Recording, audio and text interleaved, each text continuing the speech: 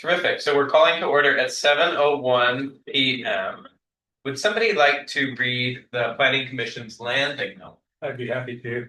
We'd like to acknowledge we are on the traditional land of a rich and diverse group of Native peoples who have called this area home for more than 10,000 years.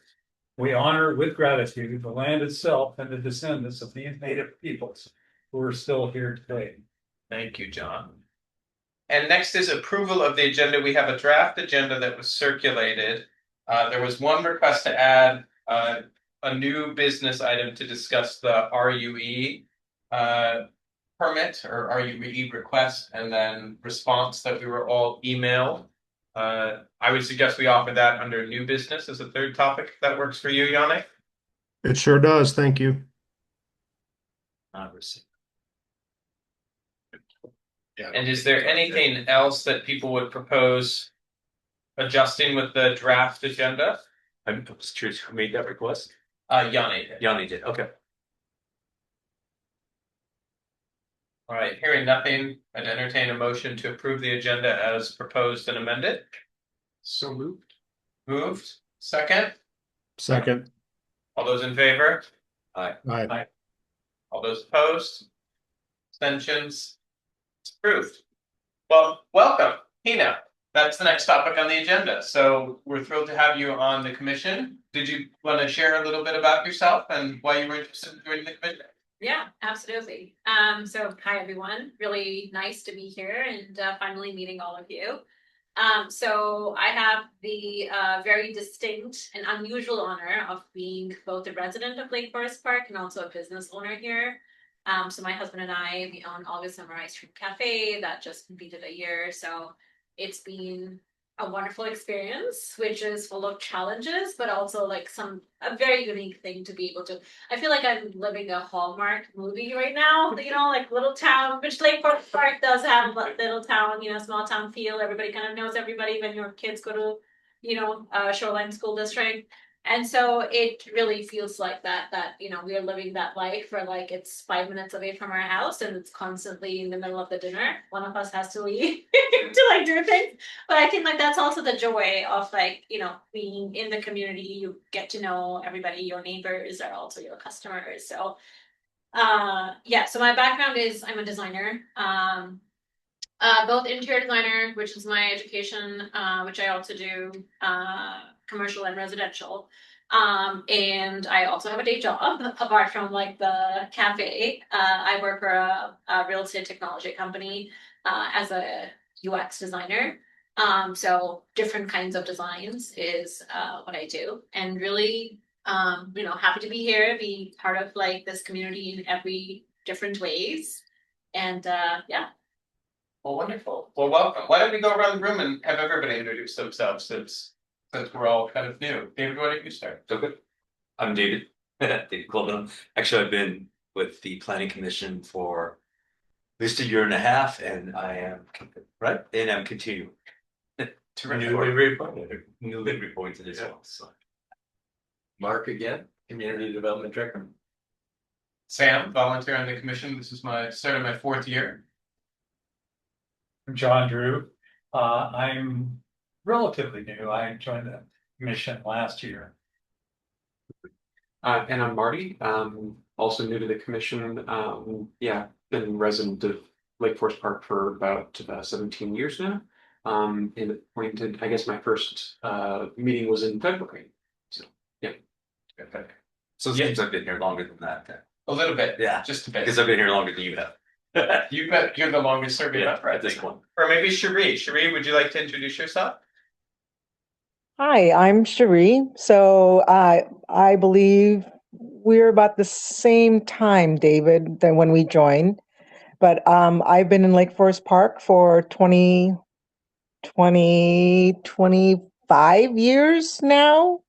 My oldest was one when we moved here. And we live really close to the school, and I had an in-home daycare that I ran for over 10 years, 14 years. But anyway, just like being a part of the community, and it is a small town feel. So, you run into a lot of neighbors when you're out walking. So I'm going to be getting a puppy here in July, I hope. So I kind of missed that part of being out with the dog and run and seeing different people and stuff and saying hi.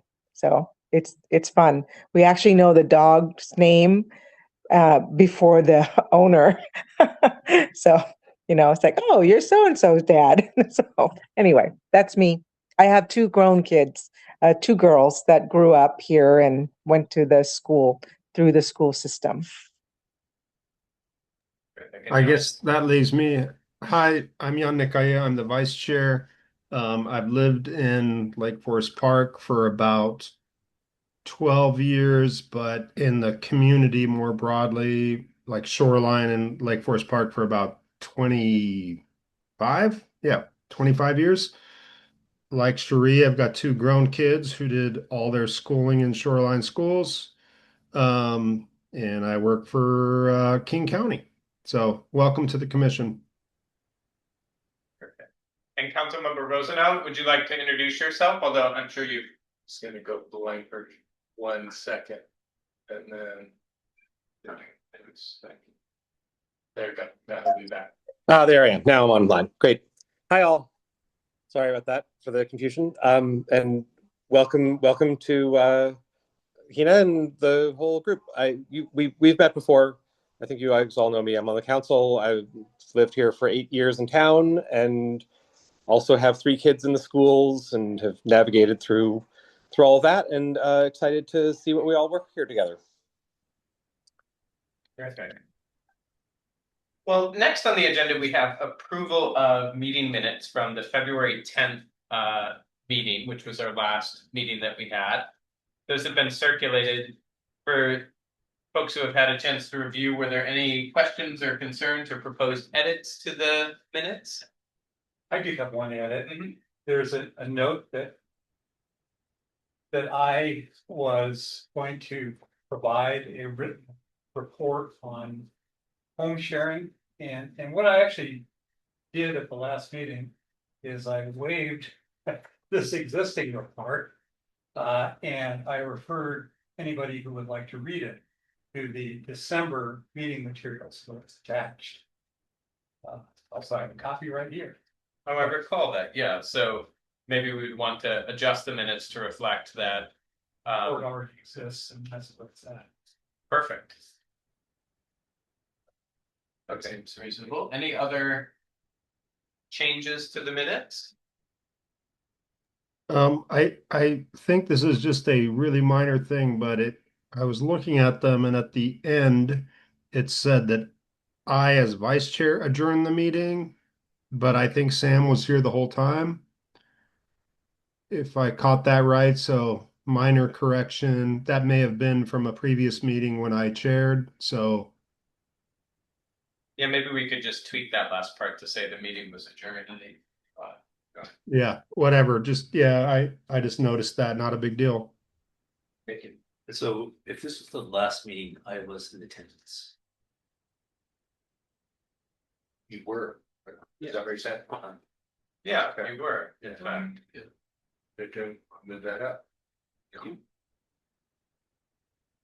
Easy. There you go. I can see it. The only other thing that's confusing to me was Councilmember Lebo at that meeting? No, he was. No. There's a couple of references to him. Another meeting. References. Maybe we would just kind of remove those references to Councilmember Lebo. You see where the first one? Oh, yeah. I think there's 2 that I saw. On page 2.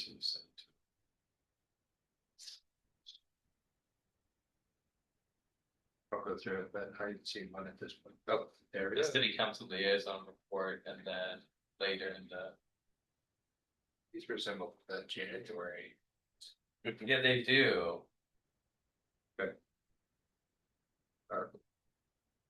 Well, do we want to approve them as amended or just look at them again next month? They're kind of cleaned up. I don't think it matters either. Prove it's amended, it's fine with me. Okay, so moved. So moved. Second. Second. All right, all those in favor? Aye. All those opposed? Nobody, unanimous. It's approved as amended. Perfect. Next topic on the agenda, we had upcoming meeting dates. And I think our next meeting is on the agenda as Tuesday, May 12th. Do we anticipate anybody needing to miss that meeting? I should be here. Everyone seeing none, we should have a quorum. Perfect. Public hearing. We have no public hearing, but public comment. Any comments in the room from anybody? No, this is good. Well, welcome. All right, so next we have report from City Council Liaison. So, Councilmember? Yeah, and I'm happy to answer questions about any of this as well as we go. I'll try to be brief because I don't want to take up too much time here, but it's been a couple months since we all were together. So the city has hired a new public works director, which is exciting. Nova's hitting the ground running and seems really excited. There's also been turnover in the stormwater manager, and I believe the arborist is still in progress. And we are somewhere, I think, very close to hiring a climate coordinator for the city. I don't think that's finalized yet, but the interviews were recent, and I think conversations are following on from that. So that should all be very exciting, and cool new things should come out of that as that all stands up. I wrote a note to myself, and I don't know what it says. Oh, Police Chief Harden is retiring. So that's going to be a big change. He's been part of the city for just decades and has really done a lot with his predecessors to really shape the city and the department and the culture that we all culture of policing that we value here as a city. So that's going to be a big change and going to lead to, I'm sure, a lot of really interesting citywide discussions in coming months and maybe years even. The Director Hoffman probably knows more about this than I do even, but the roundabout is still, knock wood, on track to begin construction on Ballinger Way. There's some details that are being finalized. The work further uphill at 35th is not done from WashDOT. They're behind schedule, and the hope is not to have those overlap. So that may slow some of the rest of the process down. But once that begins, it'll be an 18 months to 2-year process to make sure that the whole road doesn't get closed through construction. But that should be very exciting once it kicked off. And Mayor French and Deputy Chair Goldman and I were at the Seashore Forum, which is a forum with the City of Seattle and Shoreline and other cities, Motley Terrace. I feel like I'm forgetting somebody, but at least us local cities talking about especially transportation issues. And so we got a presentation and update on where that stands. And when that all comes together, I think it'll make a lot of people's lives a lot better. The reason that we didn't meet last month was that there was the hearing examiner for the Lakefront Park, and Director Hoffman did an absolutely stellar job representing the hard work that the city has done for years now, getting that teed up. And the process is still a little bit ongoing. It looks like, and this may be a topic for a future meeting, there will be probably some work coming back, depending on how everything finally settles out, that may come back through the Planning Commission based on the hearing examiner's rulings. So watch for that. It'll just sort of cleaning up some things in code, and hopefully nothing awfully complex emerges out of that. I think the hope, the way that the hearing examiner report was written is all, when the park is ultimately built, none of it is written in a sense of derailing the entire project. It's just making sure that we do everything right. So some of that may need code cleanup and other things that will go through council and presumably through planning commission as well. The big thing for the council's work recently is we're digging in on the biennial budget. So for those of you who are newer to the process, we do a 2-year long budget. And so we're in the second year of the current budget, and it's from now until November-ish, we will be working to refine what the budget for the following 2 years will be. This is a good chance if there are things that you as community members or you and your neighbors would like to see the city do that we're not doing now, or to do differently that might be affected by budgeting. This is a good time to speak up. This is a chance to really shape decisions that are going to affect the whole city for a while to come on that level. Not planning commission business, but certainly community business, and we'd welcome your input. There is also the same structural deficit that was on the affected the ballot, or the levy that was on the ballot last November. Still affects us. We came 19 votes short of passing that one last year. So something similar is probably in the works one of these days. The details are to come. But again, if there is feedback that any of you individually or as a group would want to share with the council about how that should be shaped, we would welcome the feedback and the input and the contributions. It's meant to be responsive to both the structural realities of the way that Washington State handles budgets and property taxes, but also to community needs. It's a chance to again sort of set a tone for, if we pass a levy, that's probably going to be for 6 years. That's the usual way that these things are set up. So, are there things that you think we should be spending money on that we don't have money for right now, including, big A affordability? And that can be a longer conversation. This isn't our only bite at that discussion either. And so if that's something that we wanted to tee up in the future, it's a chance to start thinking ahead about what that might look like as well.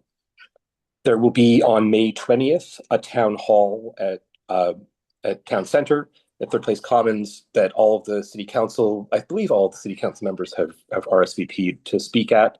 So this is just organized by a bunch of civic groups, and it's going to be a chance for a community conversation about what we're doing and where we're headed. So a great chance for you all to attend, spread the word, and keep the conversation going. It doesn't just have to be about any of the big ticket items. There will be chance for questions from the audience. People can ask about planning and development and housing issues. They can ask about what's the deal with this roundabout I keep hearing about. Whatever it is, who knows? And so please invite your friends, tell people to come. And then I wanted to let you know, and I think I mentioned this last time, and so I'll be especially brief about it, but ask me if I didn't say it last time we met, then I'm happy to go into more detail. But we have set up a council based on our council retreat and conversations since then. A group of small working groups were bound by the same OPAMA rules that you are. So no more than 3 of us can talk about an issue at a time outside of publicly noticed meetings. So one of them is to talk about street safety and how we can implement some of the street safety desires that the community has frequently expressed and that a lot of us want to see work on. One of them is to talk about some of the neighborhood retail and neighborhood business zoning discussions that we touched on at the joint meeting that we had earlier this year.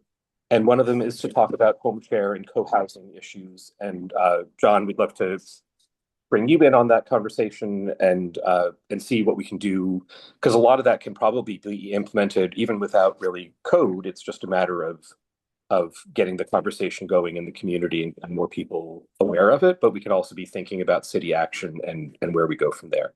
So happy to chat with any of you one-on-one or to have Q&A here as a group about any of those topics. But that's at least the big ticket items that we've been talking about recently and that are in the near future, unless I'm forgetting anything. Mark, if I'm forgetting anything, let me know, but I think that's the big stuff. Yanni has his hand up. Yeah, thank you, Councilmember.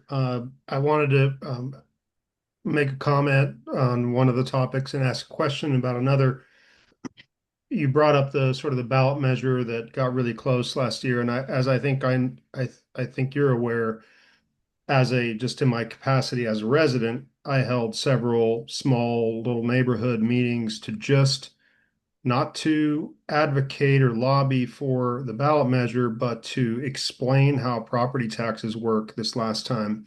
And my experience out of that was that that's a bigger barrier than the substance of what you're going to spend the money on. I don't think anybody had issues really about what the money was for. It was that people don't understand property taxes. I mean, I talked to some people who had been very civically involved. Some had served on this planning commission, things like that, who really did, even on the council, who did not really have a strong grip on both the constraints on property taxes that local governments face in Washington state because of laws we passed about 25 years ago, and just how it works. What does it mean to have city taxes, school district taxes, state taxes, county taxes? So my recommendation to the council is to not think just about, well, what do people want to pay for? But to invest in educating people about how property taxes work. And I would be glad to talk with you about that. I don't think it's that hard. Like several people asked me for my slide decks so that they could, you know, kind of coach up some of their neighbors. So anyway, that's that item. The second item is the roundabout. And I probably will be sending some comments and questions about this to staff and council as a resident. But one thing I've heard nothing about yet is how we plan to manage all the cut through traffic that's going to happen during the roundabout. Um, people, I mean, the routes are obvious. The routes are Perkins either all the way to the top or Perkins and then cutting across on 23rd, which gets you over towards kind of Thriftway and that area. And I've spoken before about just pedestrian safety along Perkins and people using it now to get to light rail. But we're gonna make, 10 State Route 104 is gonna be really, really challenging and slow and all that, which is fine. We get it. Those improvements are important. But is there a plan? I've seen nothing from the city on what we're gonna do to manage speeds or anything else with people cutting through. So, and I get it. I would be cutting through too if that was my route. I'm just saying, I think we have a safety issue that so far has been completely silent. And I don't know if you're relying on WashDOT or the city or who's supposed to do that, but somebody needs to do that. I know that there has been talk about that. I don't know the current state of planning around that, but I know that there was an effort to there are requests out to WashDOT and to work on to put speed pillows in and to do other things to control speeds on those cut through routes at the same time. Because I think there is a recognition that would be a concern and that we don't want to see that happening. The way, and there certainly there was the experience with the culvert work at 35th that where cut through traffic. I mean, I had people reaching out to me who were having people trying to cut through on cul-de-sacs and just not realizing that it wouldn't get them where they were trying to go. So I think the city and WashDOT have seen how people behave along that road and are trying to get ahead of that in the planning. That's great. The city should get in front of communicating that to residents, that it is being talked about, and these are the types of things we're talking about. I get it. It's not all about the city, but I'm starting to get nervous personally. It's coming up soon and, gotten no communication. So that'll be great for you to deliver to city leadership that they need to put something out either in newsletters. If I missed it, then I apologize, but I haven't seen anything that gets at what's being planned. Thank you. Any other questions about the city council report?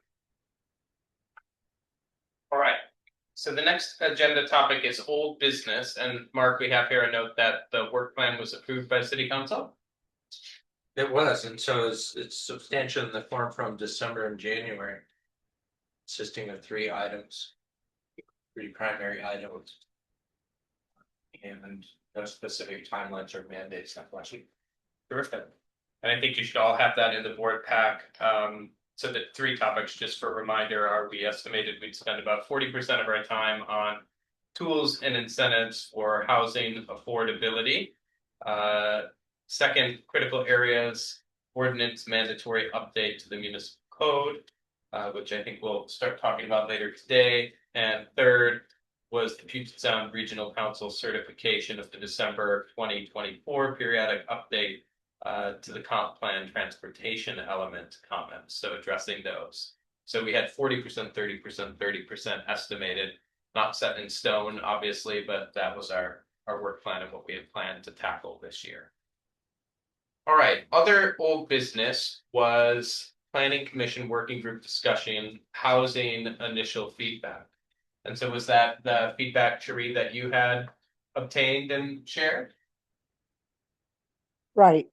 I did share that, and it was from a developer that has done DADU and attached unit as well. And so he was kind of clear on what he was saying. So as far as trying to make it easier and having some pre-plan, I don't know, approved plan from Lake Forest Park that can be built and make it easier for people to be able to pick and choose, you know, what they can do, and kind of know too where, you know, how high they can go and what is allowed and isn't allowed. I thought that was very thorough. Were there any other kind of points or themes from the feedback that you heard from the developer that are worth mentioning? No. What did you think, Yanni? Yeah. So first thing I want to say is thank you, Cherie, for reaching out to or connecting with this person. I've connected with a different person as well, and it comes across really consistently. I changed jobs this spring, and I had hoped to actually convene maybe a subgroup meeting. I did not do that. That's on me. But I really appreciate you, Cherie, reaching out to somebody. So a couple things that came out of those comments that Cherie got.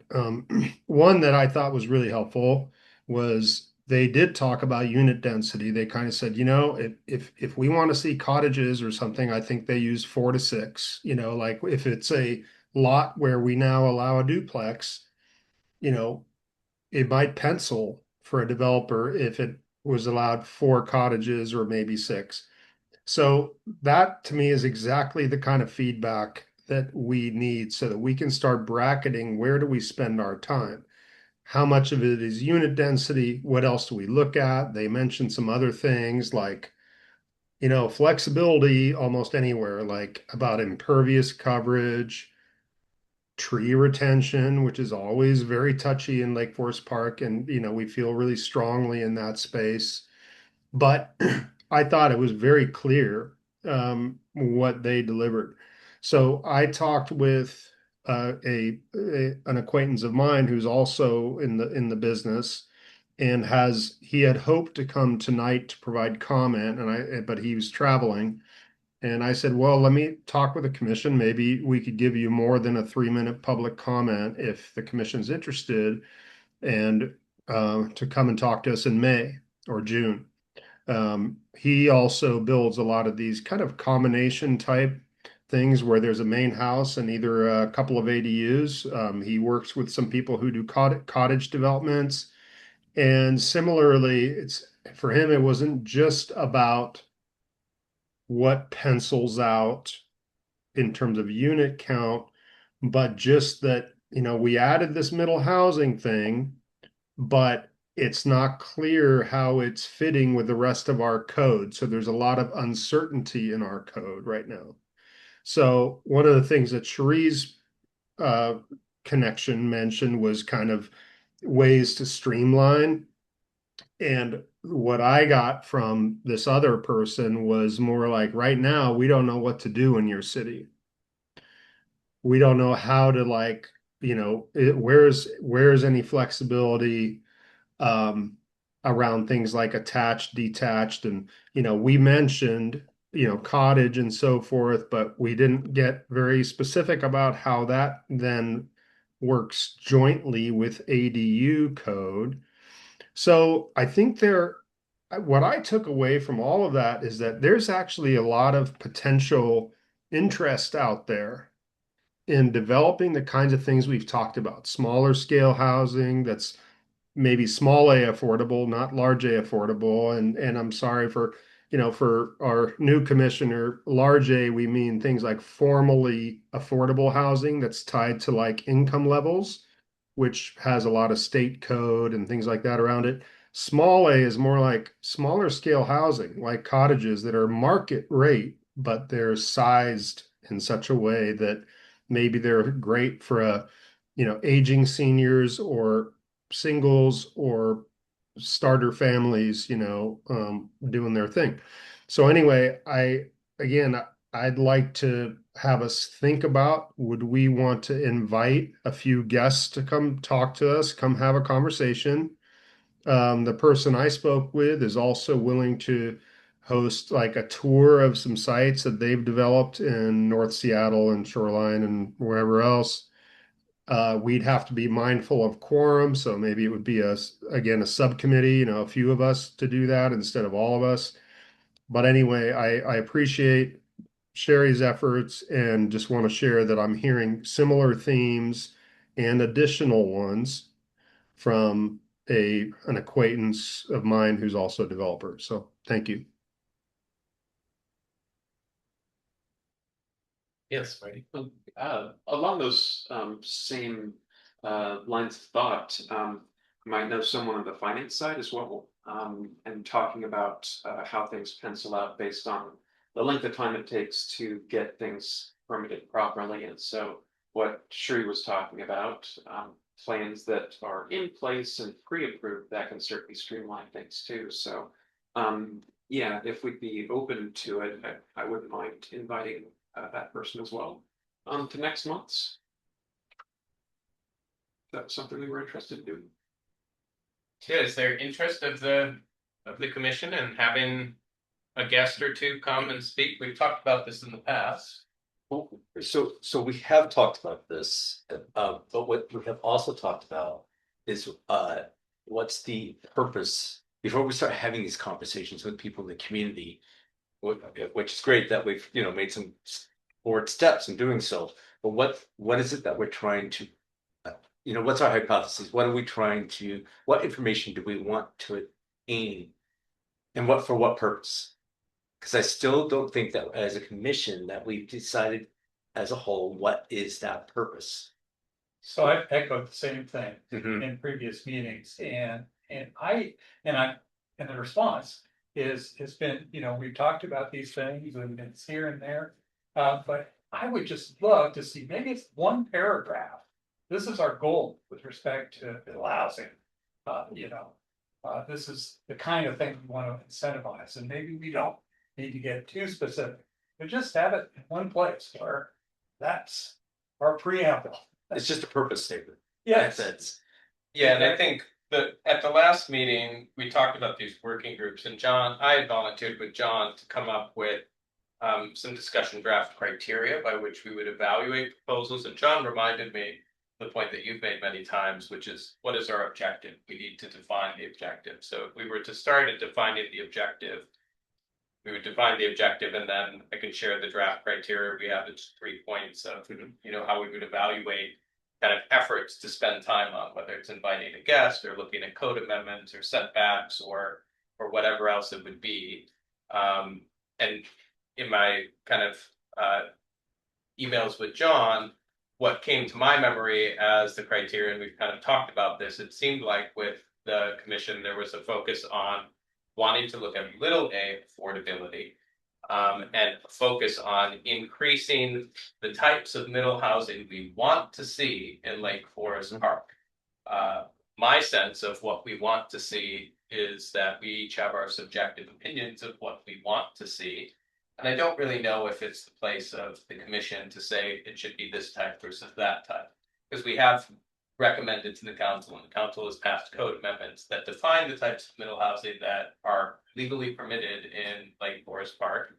And those are, in a sense, the types that we want to see, because that's what the council has approved. So it seems to me like that's the criteria. What are we going to do that will incentivize building the types of middle housing? And is there a subset of those types of middle housing maybe that as a commission we want to recommend focusing on? Am I allowed to make comments? Yeah, please. So I listen to you guys like, what's the bigger picture? What's the ultimate goal of the government, of this council? And I think it's to increase quality of life of those that live here.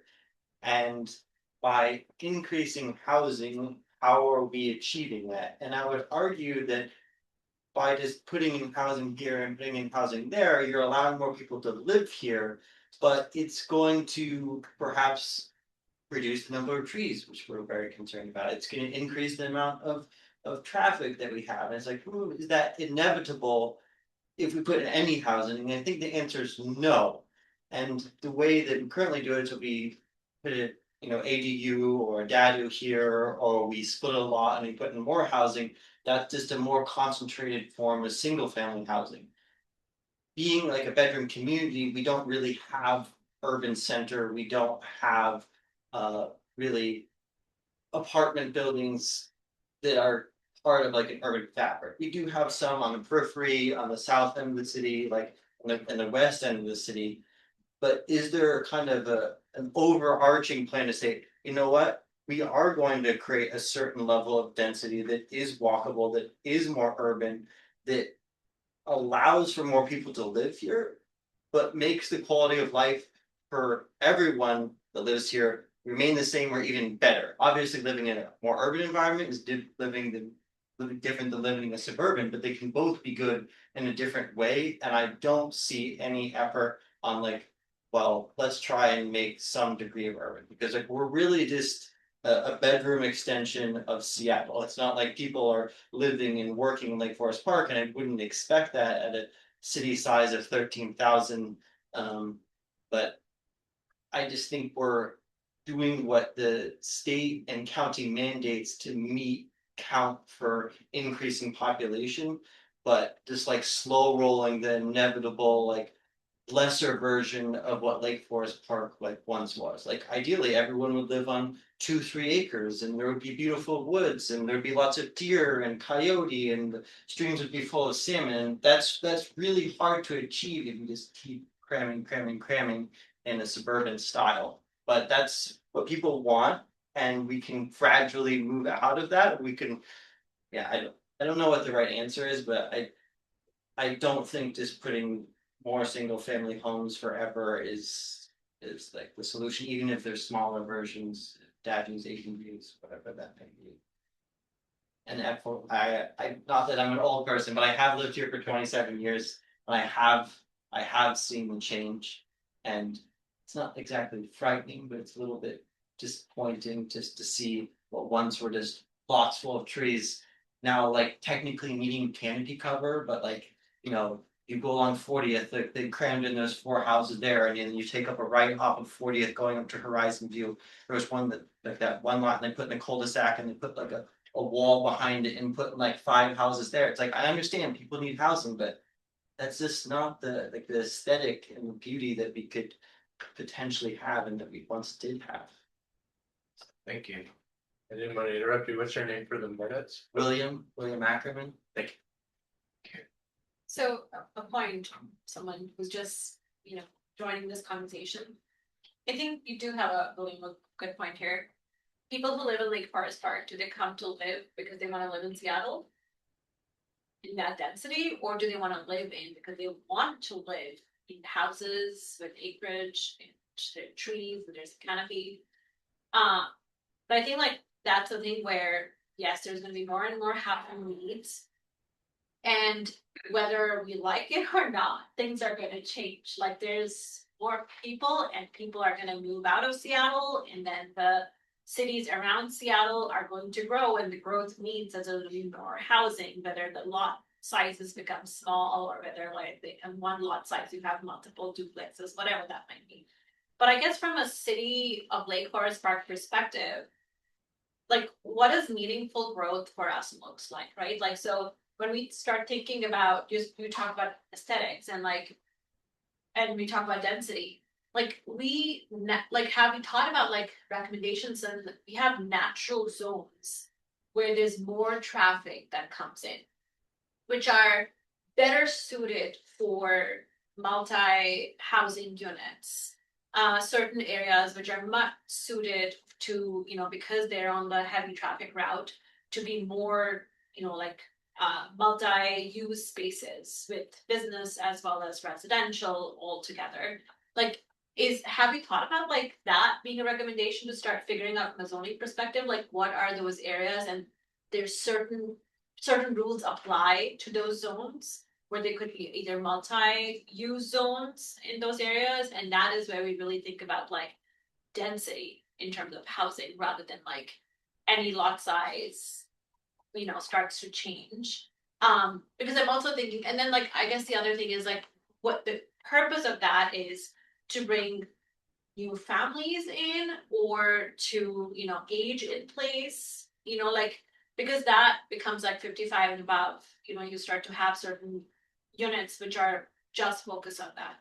And so it's like a very different conversation because the minute we say it could be for anybody, and that also means like, can the local schools take the burden at all or not? Like, have you thought about like those projections? Because already Shoreline School District is like, especially the Lake Forest Park schools are just to the max right now, where they keep on shuffling students between one versus the other elementary schools, and so it's just they're going to be full capacity. So like thinking ahead of like what does it mean 5 years time or 10 years time, what Lake Forest Park needs to look like.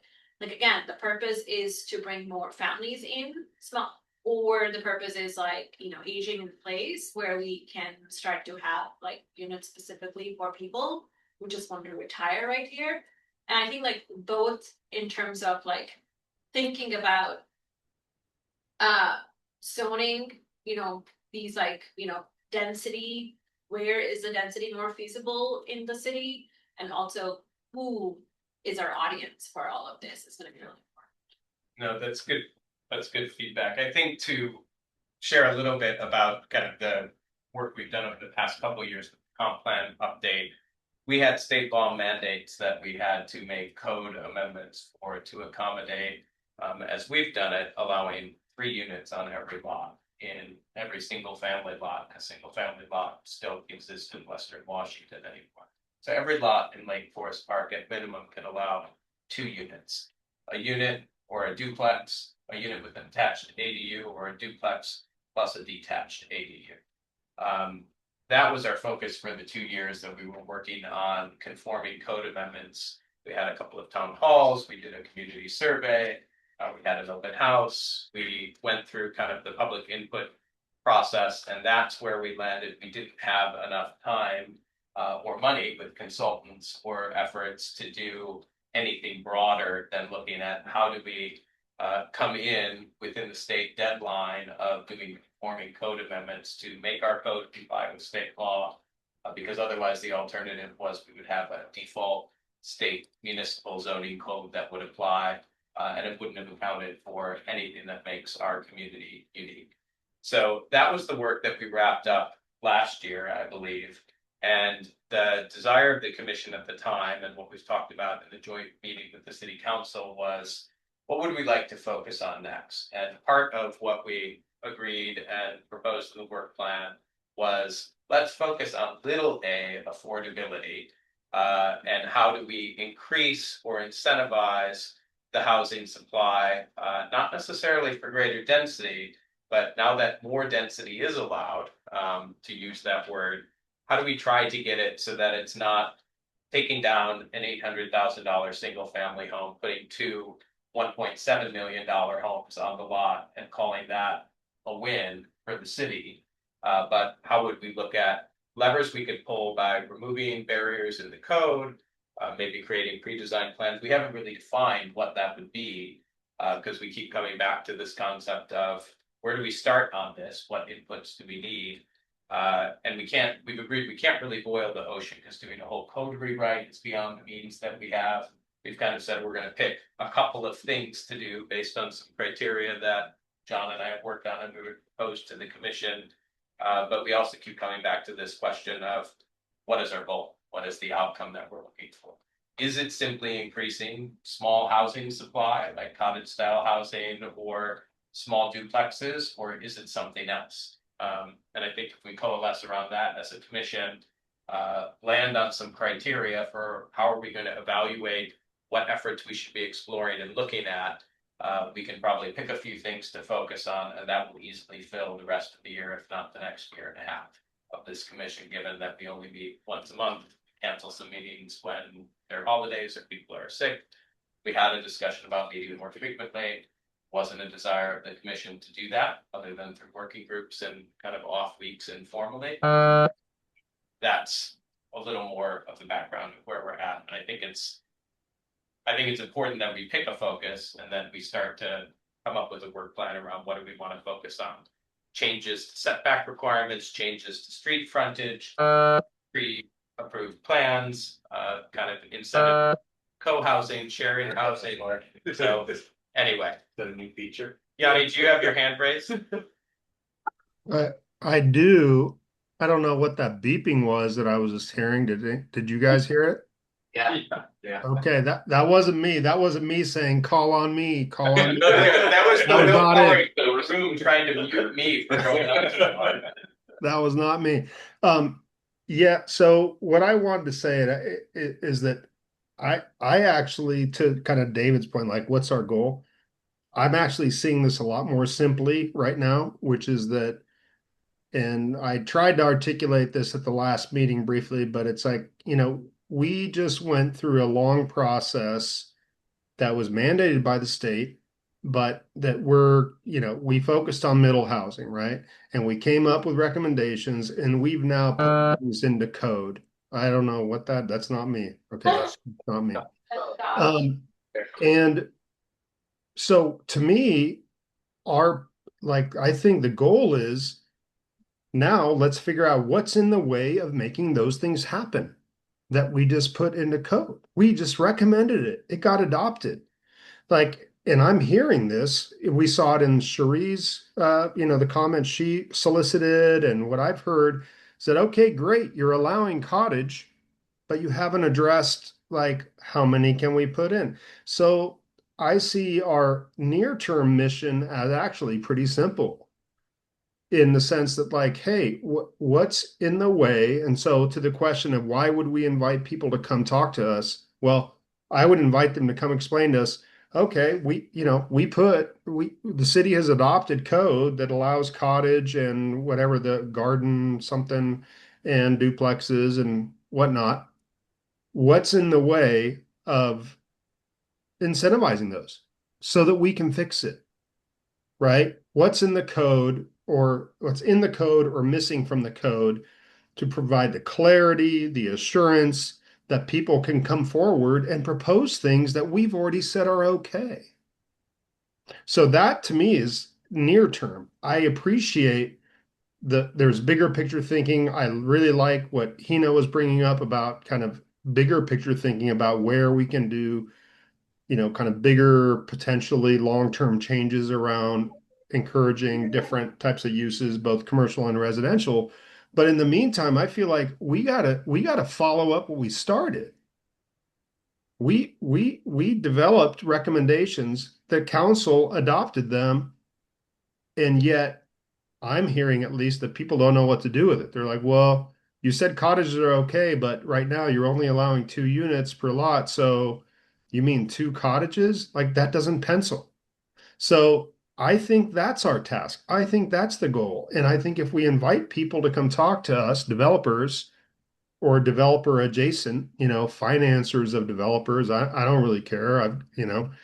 but people who can help us clearly recognize where we should, as a city, make adjustments to actually encourage these things. Unless we only wrote them in there because the state told us to and we don't actually really want them, then that's a different issue. But I think we recommended them because we think they're good and we talked to the community and we heard that these are things that people want to encourage. That's why we put them in. So let's scrub our system of code and policy and whatever else and see how we can make those things actually doable. Yeah, and unfortunately, well, not unfortunately, Yanni, but I think that at least for myself, I don't agree with that sentiment. I think that if we rush into anything like this, there's unintended consequences that will lend to this community becoming something that most of the community members do not want. And we've heard it time and time again in surveys and in the consultants did their due diligence work.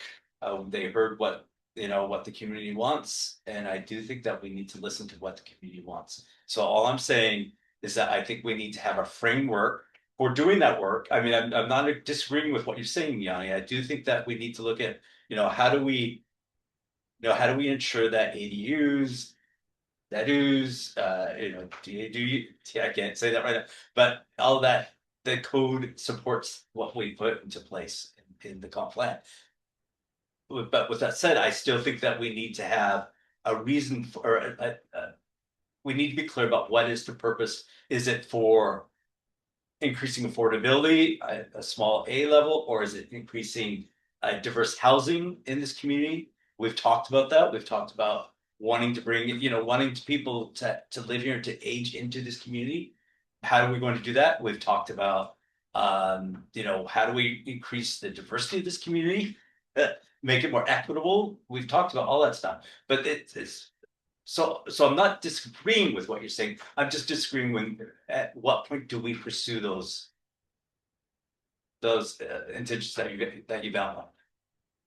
Yeah, I think related to that, I don't recall the consensus of the commission being that because we have types of middle housing that are permitted in the code, we want to be incentivizing and driving development of those at the expense of the other values. I don't recall that as being the consensus.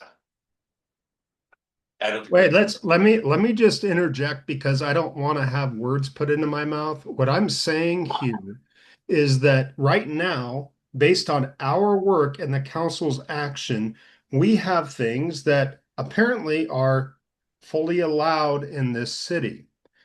What I'm hearing from some of you is that we want to go really slow about ever encouraging any of those because we need to talk to the community more. I'm sorry, I disagree.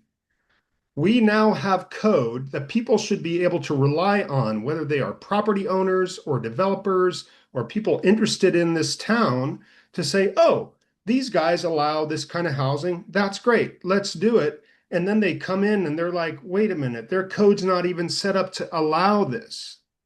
That's wrong. Okay. That is wrong to have put things into code.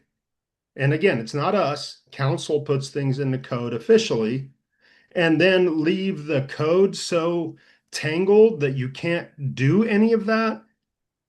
I don't agree with that at all. If that's this commission's position, I just want to be really clear. I am not with you on that. Councilmember Rosenau, you have your hand up. Oh, yeah, I just realized I thought that we had read this off at some point, but looking at the timeline, I may not have. So after our joint meeting, there was some discussion of is a little bit more guidance around some of these questions from council and sort of what council's hopes or expectations were.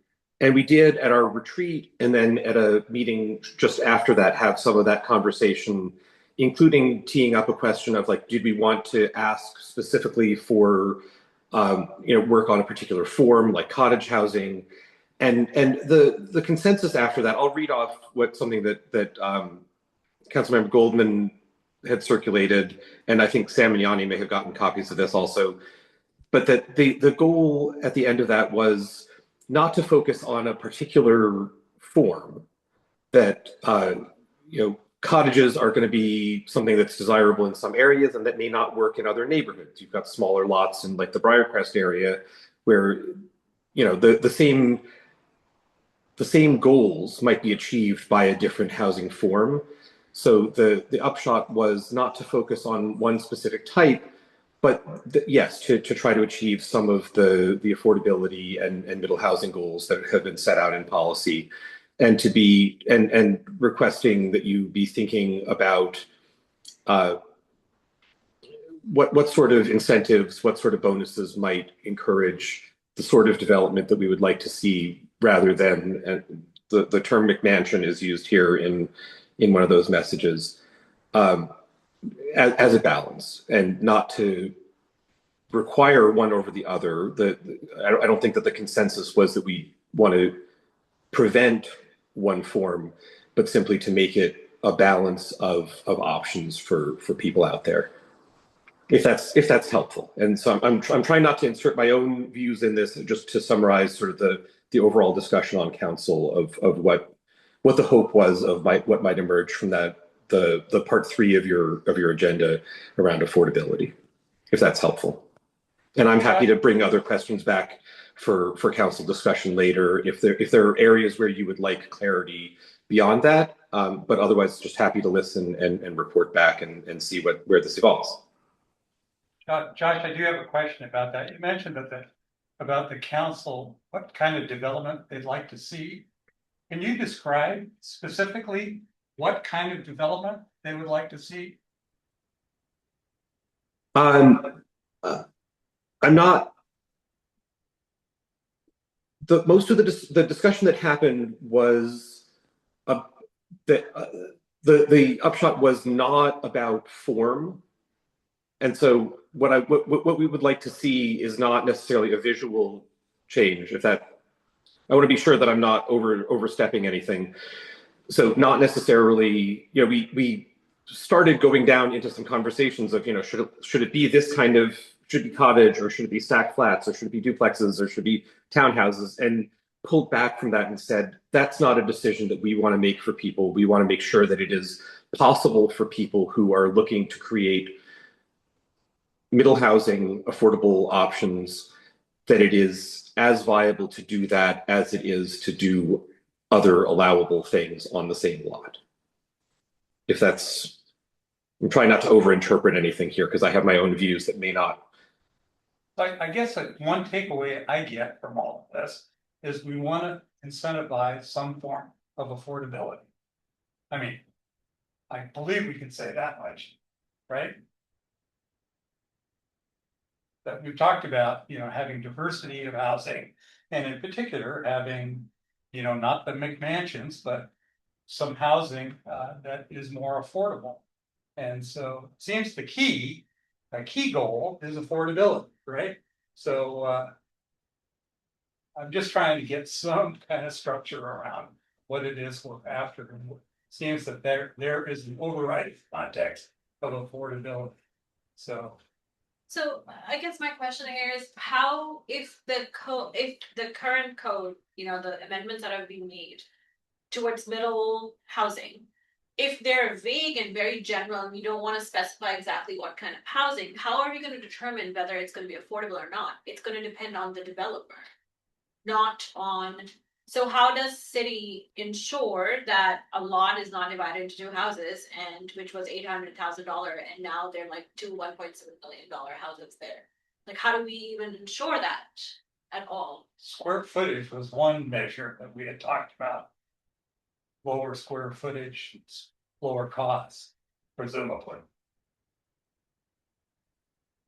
Yeah, but I think there are no barriers in the city code currently to that very issue. It is up to the market. It's up to the developers, and there's limited tools that the city has. I think what Yane has said is a fair point. Are there problems with the code that are preventing the development of types of middle housing that we've permitted? And if those are there, maybe we could look at addressing those. But maybe we ought to start with just having a working group come back next week or next month with a proposed mission statement for this and what we're going to look at, because it does seem like We've had this conversation at half a dozen meetings and we're stuck in item. Where can I actually access this code if I wanted to go and read it? Like, what is it mentioned? Two primary documents, the newly adopted comprehensive plan with the housing element primarily. And the municipal code, both are online. It's about 350 pages. ChatGPT there for Or that. And if you look at Yes. Yeah. if you look at the comp plan, like there's a section just on housing, so that's a pretty quick read if you want to focus on that. So one of the things that I actually printed, the Leland report from 2024, and we haven't talked a whole lot about that. It predated my affiliation here, but it was a consultant's report on implementation of middle housing in Lake Forest Park. So it seems to be relevant to this conversation. And Just interject one more time. UW in, I think it was like 1971, it was College of Built Environments, it was architecture, landscape architecture, like urban planning design. Took town center area and the surrounding area and had ideas for like middle housing, to put in apartments, to put in smaller housing. None of that was implemented. Today, we're still talking about the same thing. And I just think it's because in the United States, people believe the end goal is to have a single family home outside of New York City where apartments are popular. And until we say whether I'm rich or poor, an apartment is the right place to be living, we're gonna have the haves and the have-nots, and we're gonna put all the have-nots in the like affordable apartment housing, and everyone that can afford the single family gonna have the single family housing, and they're gonna fight to keep that as much as possible, and they're gonna slow roll any change to see that. So until there's a paradigm shift saying, you know what, we're gonna live in apartment buildings so they don't have to be like disheveled things like you see putting up today, you're gonna get resistance to anything you try and implement regarding middle housing, low income housing. So to your point, a really interesting project in Vancouver, and I'll just say this quickly. Really interesting project, Vancouver, BC. The native tribe up there has put in these amazing skyscrapers, all apartments with and it's an amazing development. All I'm saying is it's like totally out of the box. But the way that why it was done is because it was the native tribe or the tribes that right to do that. But this is close. It's up against a neighborhood, a typical neighborhood like Lake Forest Park. All I'm saying, Yanni, to your point earlier in meetings before, you said one of the things that you said that we have the opportunity to think out of the box. Okay. And all I'm saying is that let's put the framework in place. I like the idea of what you're saying is come back next week with like a mission statement, essentially, and we work out of that mission statement. And it could be that part of that is that we do some out of the box thinking. Along with, addressing ADU code, how do we ensure that ADUs can be built here in Lake Forest Park? Maddie kept bringing that up. What did we need to do to impact the ADU code so that can effectively build ADUs, for example. So one thing beyond what the mission statement is, right? Like there are two things. So one is like you want to make things very accessible for people to like quickly build things. So if like ADU is one of the focus and everybody is aligned, like yes, that's one of the big needs for Lake Forest Park, then it could even be like potentially that we have certain templates of Lake Forest Park roof templates there. Like, like this is the lot size and based on that, this is what you could do. Basically what Yanni was talking about, like having, or Sherry was talking about that as well. Like having those guidelines where it just makes it very easy for you to like work and then get your permits and then get to building rather than like speculating what it's going to mean, what potentially cost would be, like, what is my build size and all that stuff. It takes a lot. Some of the cities have started in California started doing that just because they can't do any other kind of housing. It's just like quickest way to like have more housing in the state. So like that's another way, like that's one of the recommendations. That's kind of a framework that we could put in place or recommend. And I think the other thing is like for the current, like the middle, what are we calling it? Middle houses. Yeah, middle housing, thank you. So for middle housing, like if to Yanni's point is, if the thing is like we want more housing, then it has to provide a bit more specification, maybe. Of like, what does that mean? Like more, what does more housing mean in which form? And maybe it's not one form, but maybe the framework suggests multiple forms. Maybe with all it comes with multiple criteria. It has to meet these criterias in order for it to like be considered that. Which could potentially be, yes, like increases density, but maybe it is about like affordability, maybe it is about like certain age limits and things like that that could be added. So it's something to even think about, that we should think about, like, how do we further the framework, that zoning framework that already exists, to like take a lot of speculation out. So Sheree and Marty, haven't heard from either of you on this topic. Do either of you have anything to add? I mean, certainly I'm curious about the financial impact of densification. I don't know whether there's been any communication along those lines. You know, more people living here, we know that we run a deficit, so how would it impact? Are there studies that we could bring out that would be able to give us a better idea? Because we talk about, you know, it's a virtue to have more people able to afford and have good quality of life. But yeah, from the city's perspective, would it help balance the budget as well? I'd be curious about that aspect too. When we were doing the comp plan, we broke into working groups and had meetings with different city staff. I had met at that time with the public works director about that topic, and we reported back to the commission that it was a concern of the former public works director, that, you know, as we have more density, we don't have the tax base to support kind of past due updates for sewer systems. We don't have money for sidewalks, the infrastructure in the city, and under the state law, you're not allowed to have any sort of offsets for development. So as more density comes in, you're not allowed to charge any surcharge for connecting to the city resources or for upgrading city resources or infrastructure if that's putting a tax on it. So it was something we thought about, but didn't really have means to address. Sheree?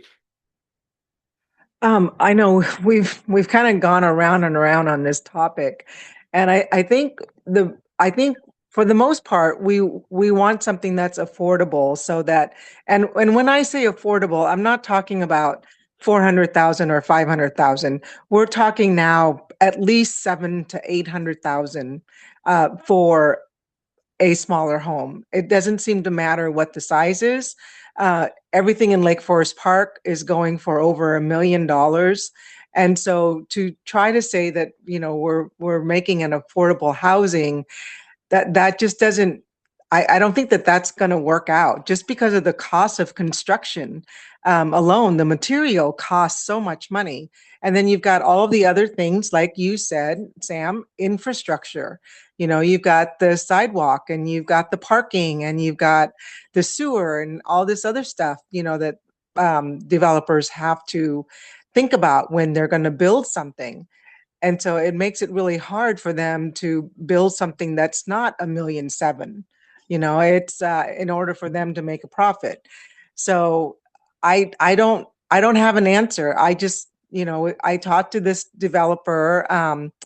He actually built a dadu for a friend of mine, and so, you know, I was able to pick his brain a little bit. And, you know, and for it's 1,000 square foot. It's 2 bedroom, 1 bath.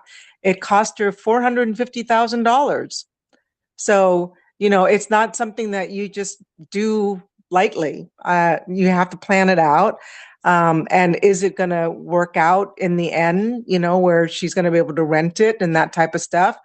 Maybe, you know, but that wasn't her goal. She was hoping to use it for family as part of it as well. So, you know, it's just, we've kind of gone around and around. We don't want too much density because we don't want to give up the trees, but yet we are mandated to have density. I just feel like we're just in a hard spot. There's just nowhere to turn. So, you know, I'm all ears. I'd like to make a comment about density, because my recollection is that our goals in terms of density are pretty modest. with respect to the Puget Sound Regional Council and Growth Management Act, it isn't like we're really looking for a lot of density. I don't know that I would describe that as one of our primary goals at all. It's more or less our regional share, and luckily what we were allocated on the horse trading is the traditional growth pattern. It's not an increase in what has occurred here. Right, So so we're before very we fortunate. did the amendments for middle housing, my recollection from the consultants' reports was that we were already zoned enough to meet all of those projections with current zoning, which already has a lot of apartment zoning that just hasn't developed on properties and has been zoned as such for many years. And you can't force private property owners to put more density onto their property. And if we go back to these reports, the consultant will see that that's all it's articulated. Luckily, I left everything on the webpage. So we have the zoning to meet the multi-year projections for density.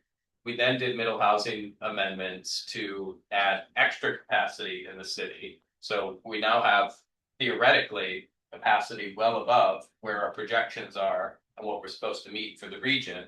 The question is, if more development comes, how do we incentivize small A affordable, smaller scale middle housing that's more likely to be affordable to the points that Cherie mentioned for a first time home buyer, for somebody who wants to live in the community. So that was what we had been talking about as our focus.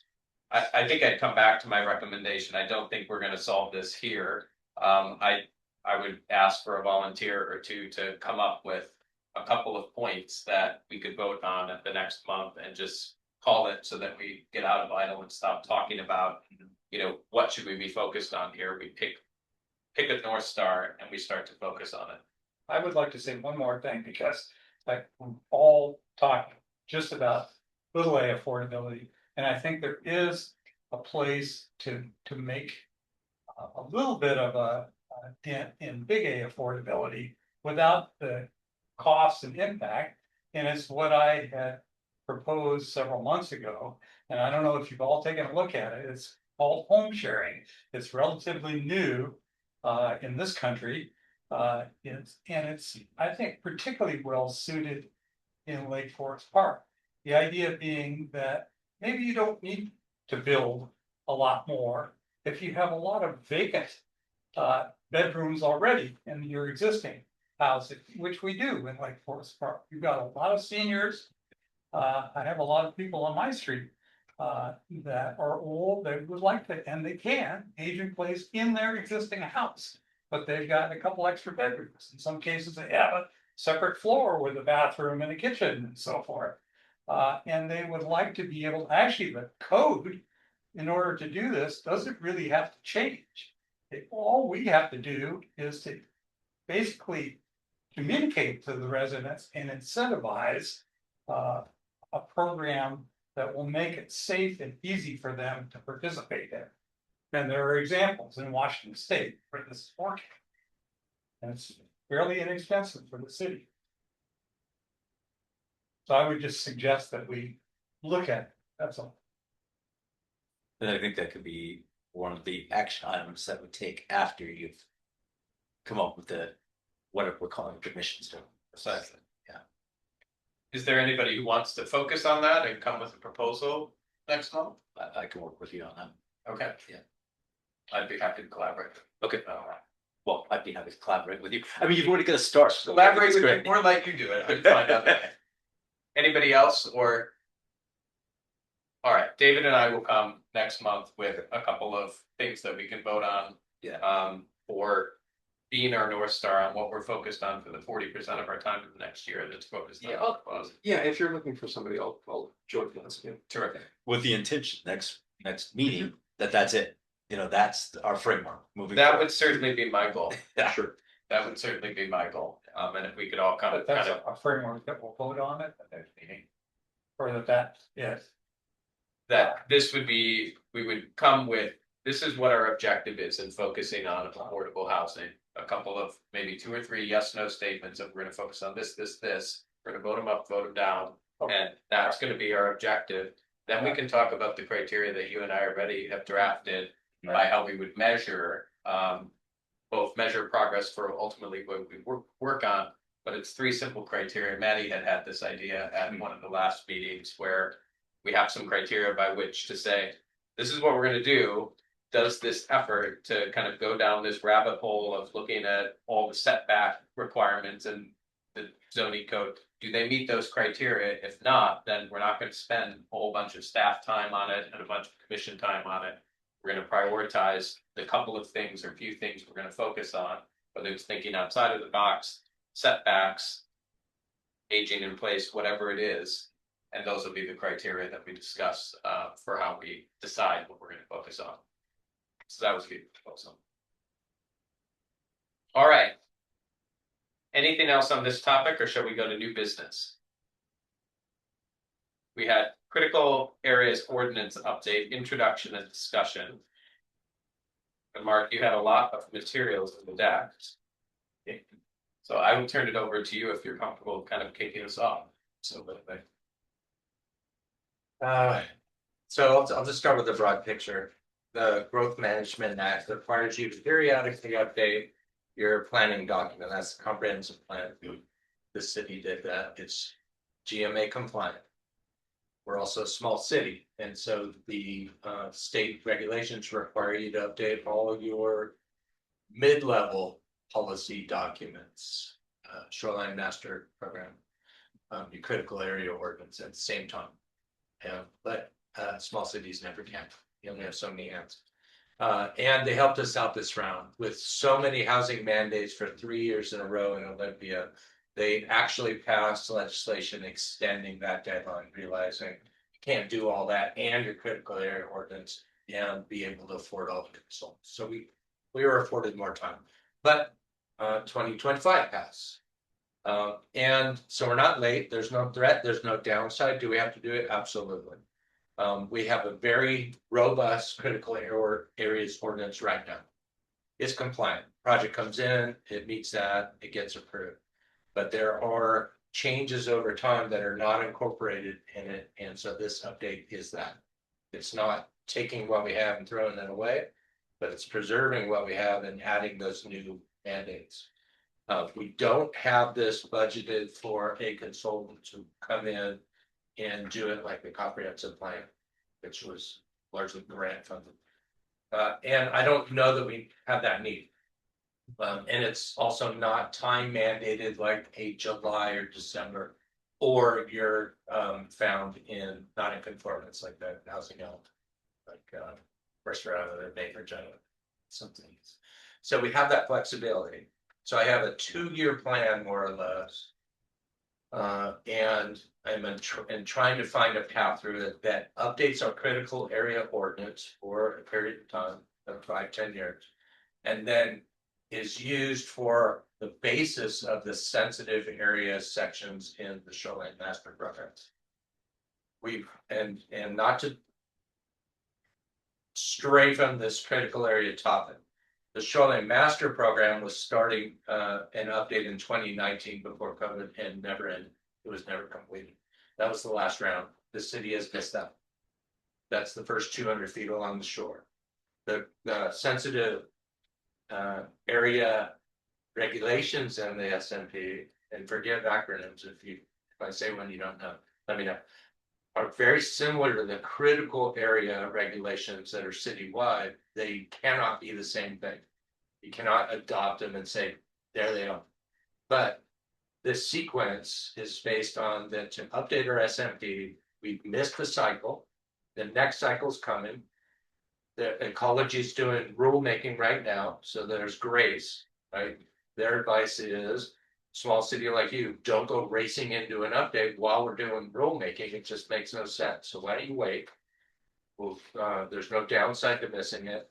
There will be a grant round likely after the rulemaking, and we would be eligible. And if that's the case, we can do a robust SMP update.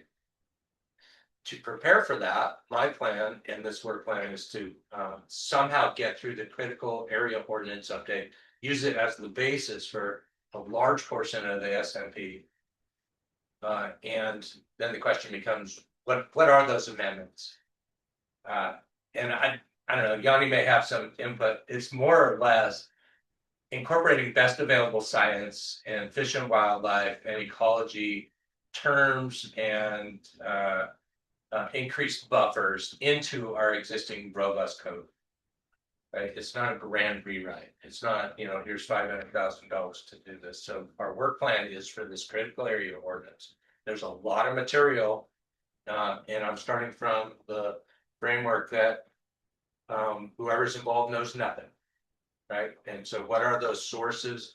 And bring everyone up to speed and then start incrementally moving along. I don't have the other elements, but we don't need to wait. The other elements being how much is going to cost, who's going to do that technical expertise, and is the council going to afford it? We don't need to wait because that education introduction portion starts tonight. So I thought for a couple meetings that we would start with the background, the resources. You can dive in to whatever extent you need or want as a group. See the MRSC page, see the Department of Ecology page, Commerce page, our website, the existing code, and we would start building. And then when the technical advice comes in, you're not starting from zero. You're not asking them questions about what is already in our own code. Now, the benefit of that is that for 2.5 years, I've lived with that code sentence by sentence. And I've read it so many times. The city does not need to pay a consultant to do that. But I am also not a scientist. I am not a wetland biologist or an ecologist or able to explain to a resident what best available science is in the context of policy. So I see it as a two kind of prong thing. And I would like to offer to council at some point in the next month a portion of, and Josh may have some input, a portion of the existing budget we have goes to this work plan, and we do what we can do and then purchase the technical expertise that we need and get this critical area ordinance bounced off Fish and Wildlife, bounced off these agencies for input, and get through this input. And then immediately spin into shoreline master program update. So that's the intent. I tried to give some context. There is no neat little pamphlet that's less than 500 pages that explains stuff. I can't even email that, let alone print it or include it. There's a critical areas handbook that I have to know, right? So I'll take on that responsibility. But everyone involved in this does not need to do this for a living and do this day and out and absorb that book. Leave that to me. But I thought tonight I would share our existing code and begin to work through it. When we get a new staff member, we sit down and we go paragraph by paragraph, section by section. And the hardest thing to do when you're first implementing this is understand you need to meet all sections. And if you focus on this section 75% of the way through and say that's it, the odds are that it won't apply to your site at all. So it takes a lot of practice. I'll bring that role, and then the challenge is to answer any questions you have and get to a point where you understand what our code is trying to achieve. The people on the commission for the periodic update know that as we introduce middle housing and new housing policy and other transportation things, one of the mandates was do not negatively affect or diminish the existing strength of the critical area ordinance. We did that successfully. So I thought tonight I'd introduce it and start that conversation and go as fast or slow as the commission needs. And go from there. Yeah, do you have your hand up? Yeah, I want to just echo what Mark's saying, partly that, our city has, and I mean, I am an environmental scientist. That's I've been in that role. We have a really good scientific basis and defensible code for our critical areas when it comes to kind of the simple things like what's the, buffer widths, setbacks. I'm not saying there's nothing to change, but ours is stronger than most. Okay. And I don't feel like there's a lot of deep science we need to revisit. I really don't. And I mean that as a compliment to our predecessors who wrote that last, or when we first wrote a really strong code. I think it's really good. Where I see work, and this relates to, and we can either talk about it kind of in this section or as a last item on new business, is, the reasonable use issue that I wanted to bring up tonight is in the critical areas section. And that to me is something we need to talk about, because we may have all this science, and yet we have this proposal that those of us who have received all the emails and things where we're, being pressed to allow a, 2,000 square foot home on a lot that's entirely in a critical area. And we're probably going to say yes, even if we ramp it down some. So to me, there's work to be done, but it's not really about, mostly not about the science. I think the city did a really good job of trusting the scientific advice it got in the past.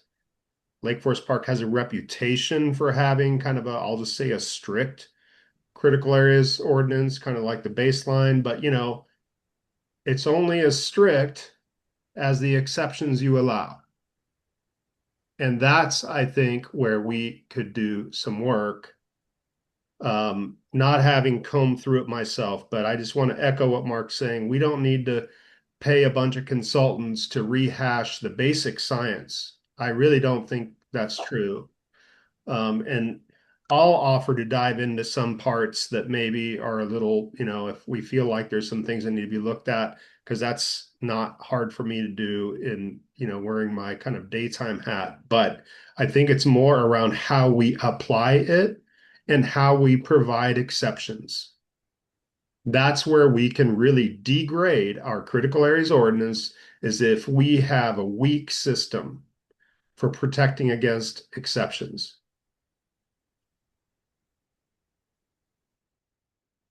So Mark, what would make sense for today? Do you want to give us kind of a high level overview of what you've shared and if there's any homework we can do? For today, there's no preparation. There was no expectation that you would read any of the material and have questions, right? It was just, we have to start, let's start tonight. So the opportunity is to start absorbing and forming those questions. I have a variety of tasks I have to do. There are constraints. One of those is I have to sleep. Okay, and so January, February, March, that was not possible. Now I have to watch my health. So I can do that at my pace. I'll work on the budget part and get a contract for the technical expertise. We do have a lot of resources in the community that can assist with that. I need to get that going. I need to reread the 500-page handbook and be comfortable expressing that to council and the community about what this process is and what is not. So I'll take that on. That leads to the checklist. And the checklist is what is in our critical area ordinance and what's missing. We have a variety of resources that have been reaching out over the years to say, when are you going to do this? We can help you. Fish and Wildlife is one. They can assist with the checklist. That checklist is what we'll call the to-do list. And once we have that, we'll just peel it off until we have a draft and then a consensus, and then recommend that to city council.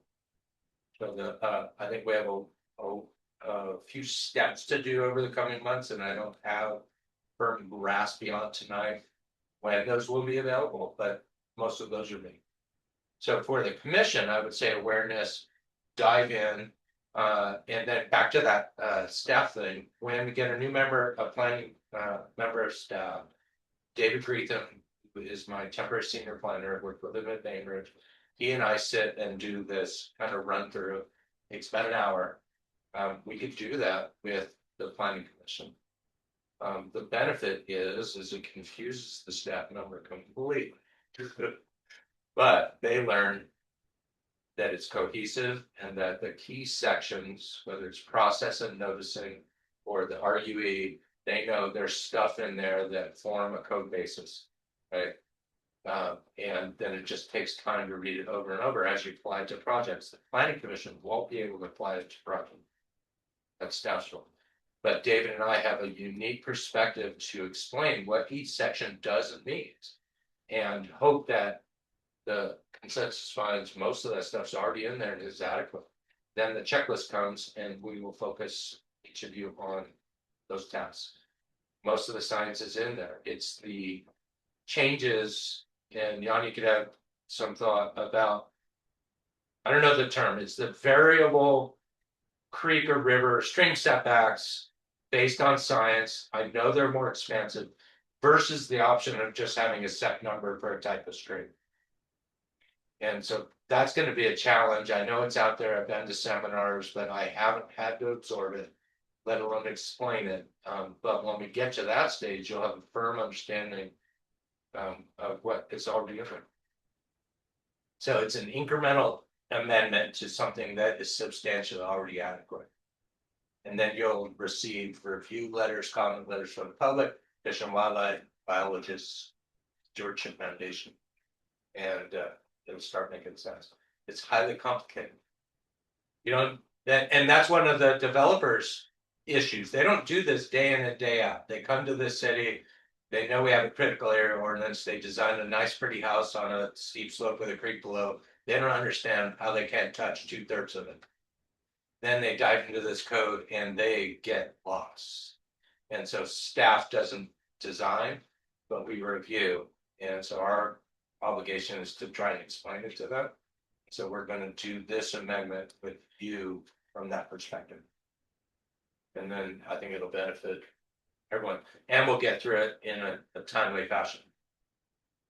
So it sounds like, oh, go ahead. No, go ahead.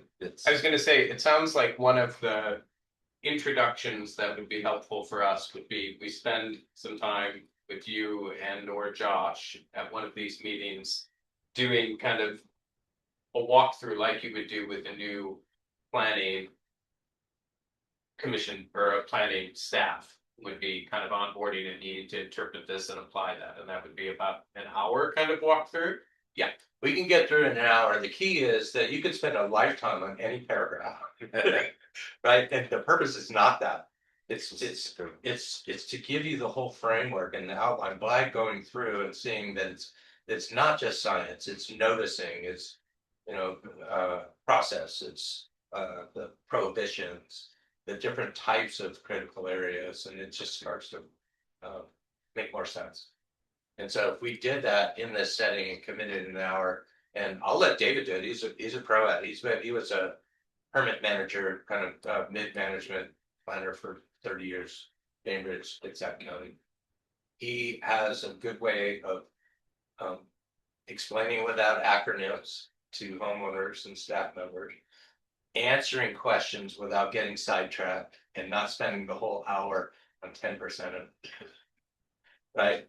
And that, but it would help you frame questions. And so if that's a good resource for you, you can get through it. And then the feedback after that could be, which areas confuse the heck out of you? You know what I mean? And which areas do you realize are actually in there? So are you thinking that this will be done at the next council or at the next planning commission meeting, or is this during staff time? It's very introductory. It could happen any time after today. Okay. Would people find that valuable? I think personally I would. I know it's a time commitment, but we committed 30% of our time to this, and I think we need to start with the primer. Yeah. And us just reading this ordinance or this code. I think it's going to be maybe not helpful without a translation. It won't be helpful. I've done, I don't know, 7, 8, 9 of these for a living, and so I know what's in them. I go to a new city and I read it, and the first time I read it, I retain none of it. I get some hint as to how familiar it is. But when I get my first project, and then I know the context, and then I read through it again, how it applied to that project, then I learned the city. So we're going to shortcut that with you to us kind of doing the walkthrough as if you are a developer or homeowner, or want to build an AU, or there's a vacant lot you want to buy. You just bring that perspective, ask the right questions, and we'll provide follow-up. Does anybody not want to do that walkthrough? All right. We'll go ahead and do that. And we'll talk about the agenda for the next meeting. That's later on the agenda. So whether it makes sense next month or the month after. All right. So the other bit of, thank you very much, Mark. Thank you. The next bit of new business, Yanni, was the topic that you had asked. Josh has it. Oh, Josh, sorry. Yeah, I just wanted to close a loop on a conversation, something that Yanni said and something that Mark said, that with the earlier conversation about affordability, that obviously without sacrificing the science and without sacrificing the protections that define our city, the more that we can make it straightforward for a developer to actually implement this code, the less time that they are spending trying to figure out can they do something or designing something that is not going to be buildable.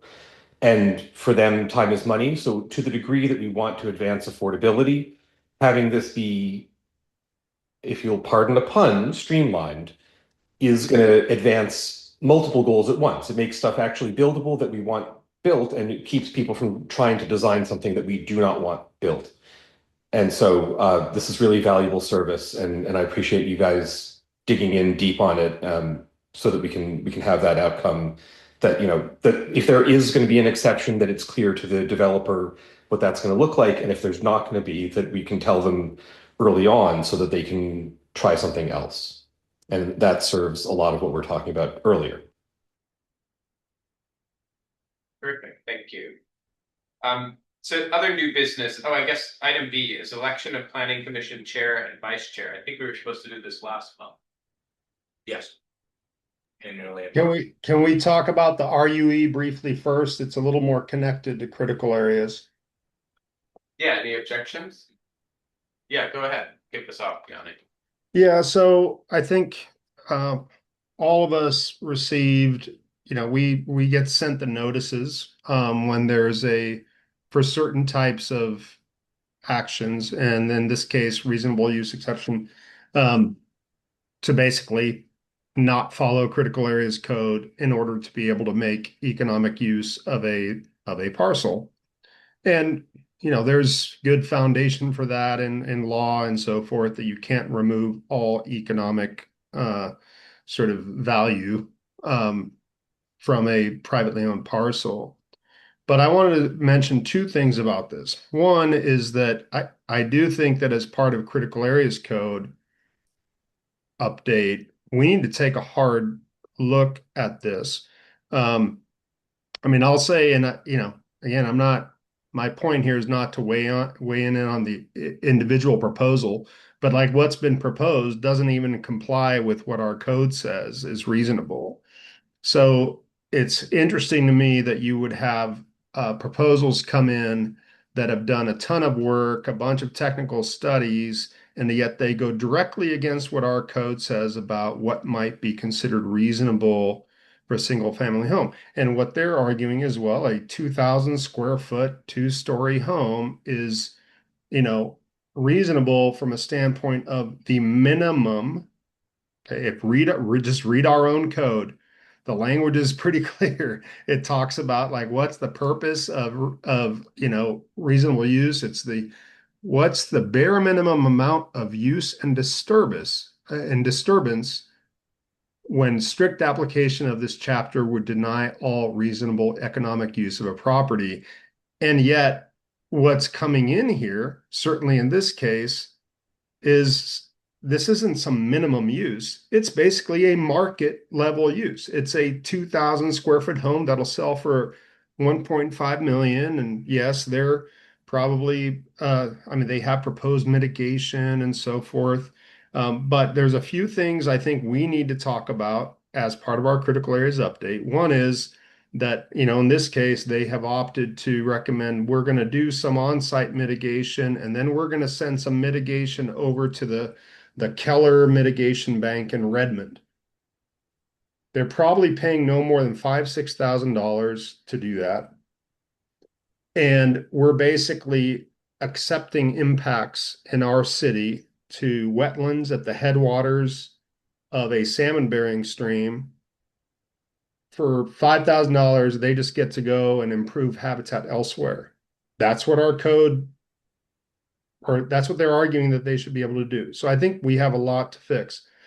The more important thing I wanted to bring up, though, is that we all, or those of us who, actually have time to go through our emails. The comment letter that came in from the Muckleshoot Indian tribe. And I have raised the question with this commission before about what is the purpose of the land acknowledgement that we do. And as some of you know, the role I'm in now for King County, I'm a tribal relations program manager. I work on connecting the county's Department of Natural Resources with tribes. Okay, that's what I do. And it just really elevated seeing this letter from Martin Fox, who I know, he's an incredibly smart, talented biologist for the tribe, that this proposal caught his attention enough so that, he sees these from every city around the lake, right?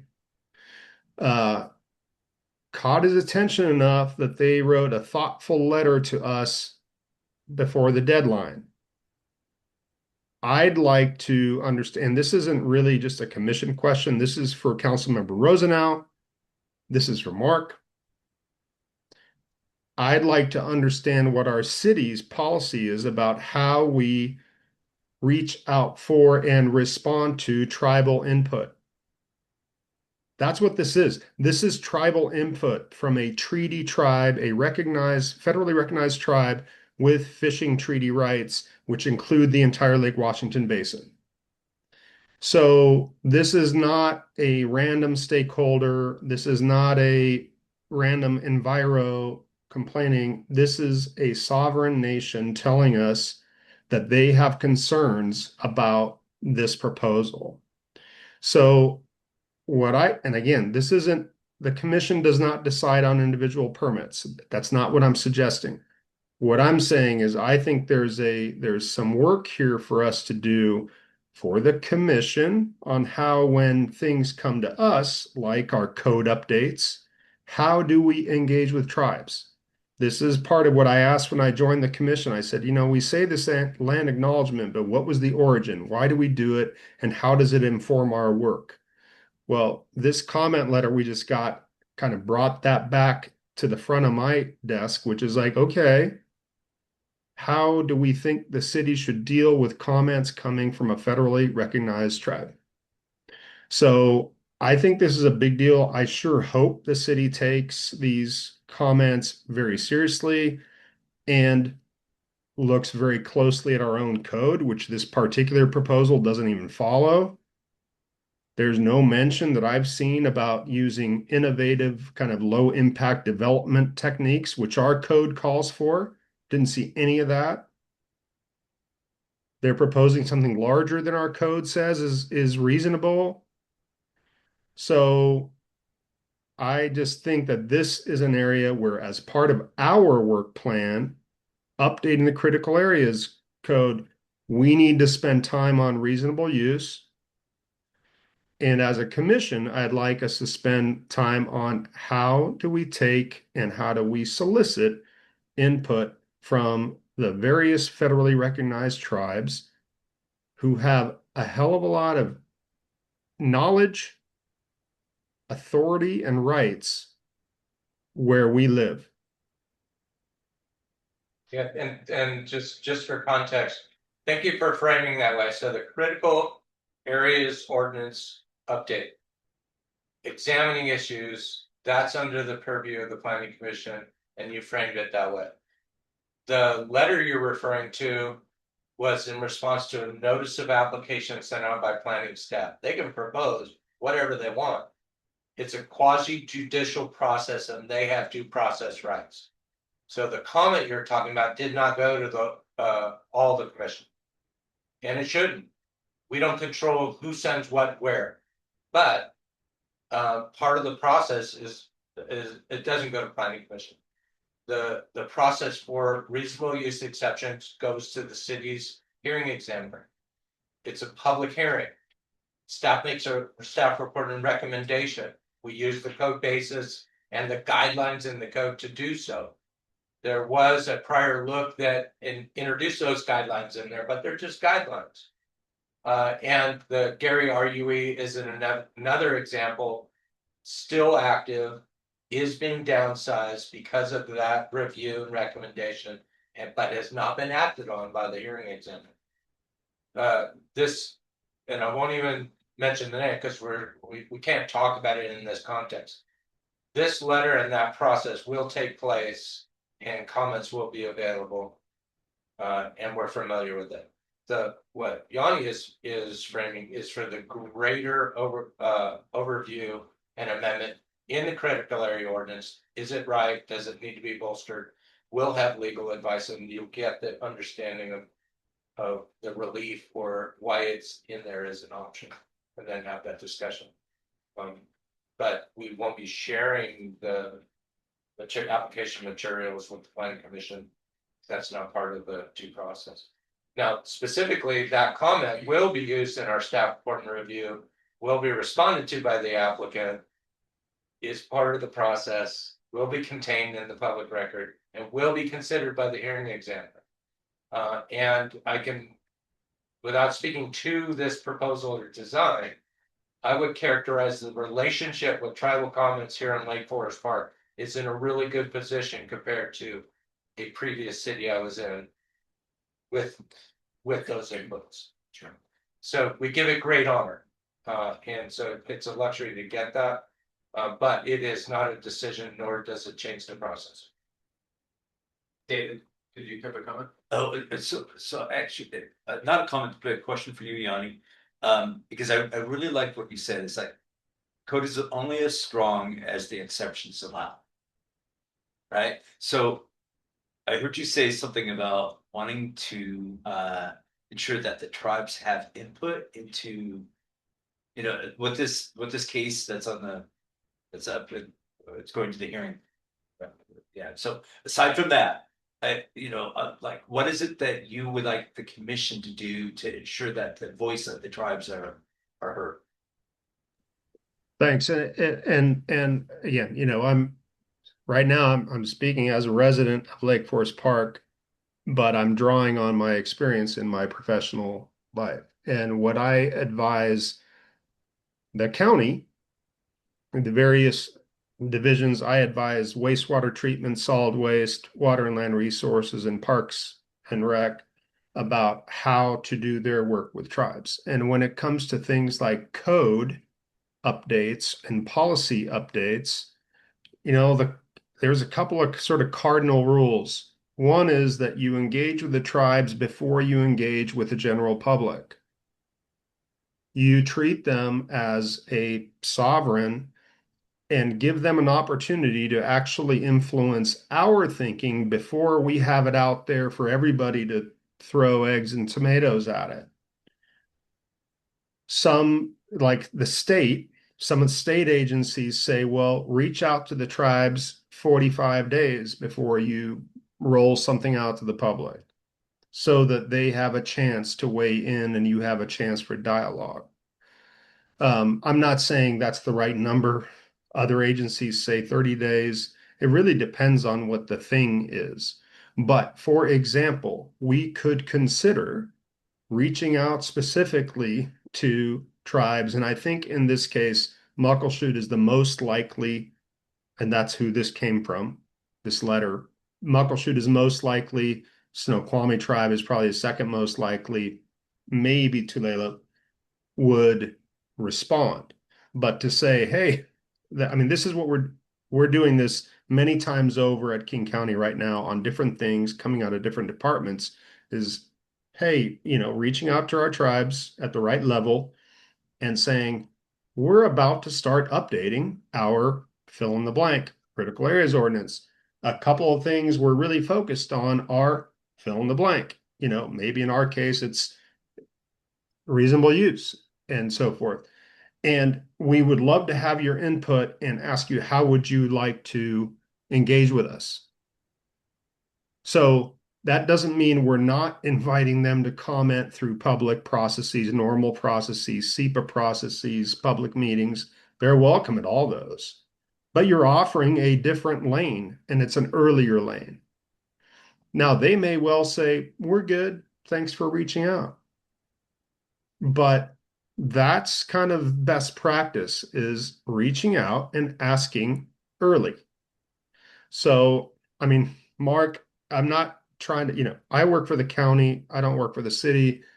Um, I'm just saying I'd be happy to also talk with you or others about like just some practices that are useful. But if it were me, I'd say, boy, this sounds like a big deal. This is a periodic update to our critical areas ordinance, which the tribes care a hell of a lot about because it affects treaty rights, meaning fishing rights in particular. And say, hey, would you want to meet with us? Would you want to have a conversation with us and see where they want to take it? It might not be with the commission. They might want to talk to staff. They might want to meet with the council. Don't know. But we could reach out and say, hey, we're the commission. We're starting out on this path of updating. We would like to know if you would like to engage. And we take it from there.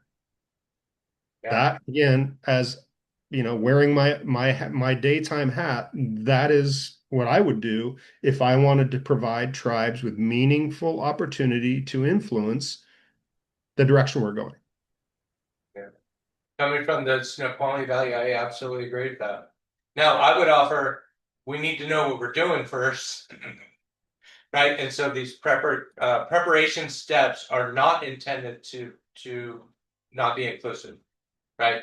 But I think there's a point where we haven't started down making decisions on our draft, but we know what's in there and kind of where we're heading and could answer some basic questions. And then my experience is it's never too early, right? They may say we'll monitor, we'll respond during the processes, that's fine. So I don't mind doing it early and we can kind of create a timeline. No, that's sorry, Mark, you're totally right. And yeah, we don't want to just go blank. What I find is helpful is reaching out and saying, again, like, here are a few areas that we're thinking are kind of important for us. Like we're thinking about focusing, let's say it's RUE, whatever it is. But it's important to reach out before we've started like narrowing our options. Before we've said, oh, we're only going to work on X, that's late to reach out to tribes. So it's an interesting middle ground, like kind of know what you think you're going to do, but don't cull your options before you talk to them. All right, the next item of new business we had was election of planning commission chair and vice chair. Is it possible to do that in 6 minutes? I think we, by state law, are supposed to do this by last month. But I am also not interested in serving in chair anymore. So I would welcome anybody else who would like to be considered or fill that role.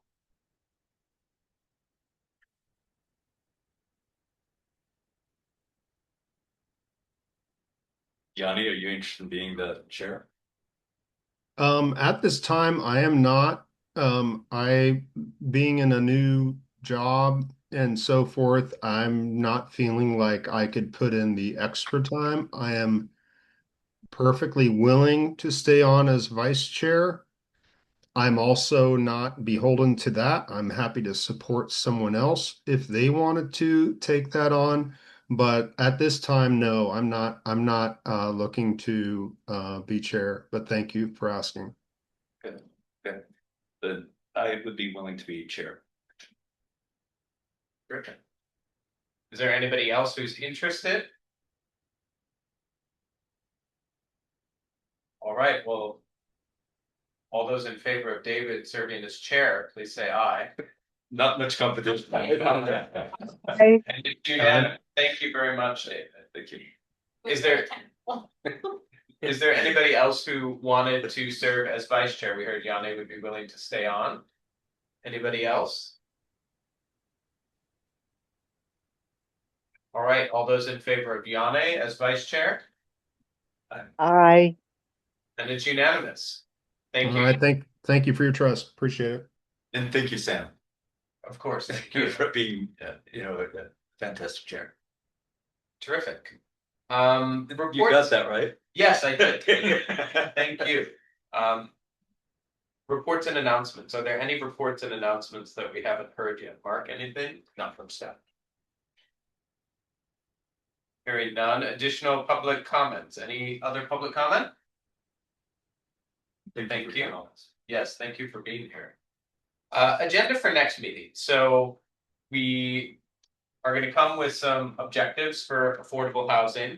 The three of us will work on that and come with a proposal. We can also then share some criteria by which we might discuss evaluating based on that. Do we also want to do the walkthrough on critical areas?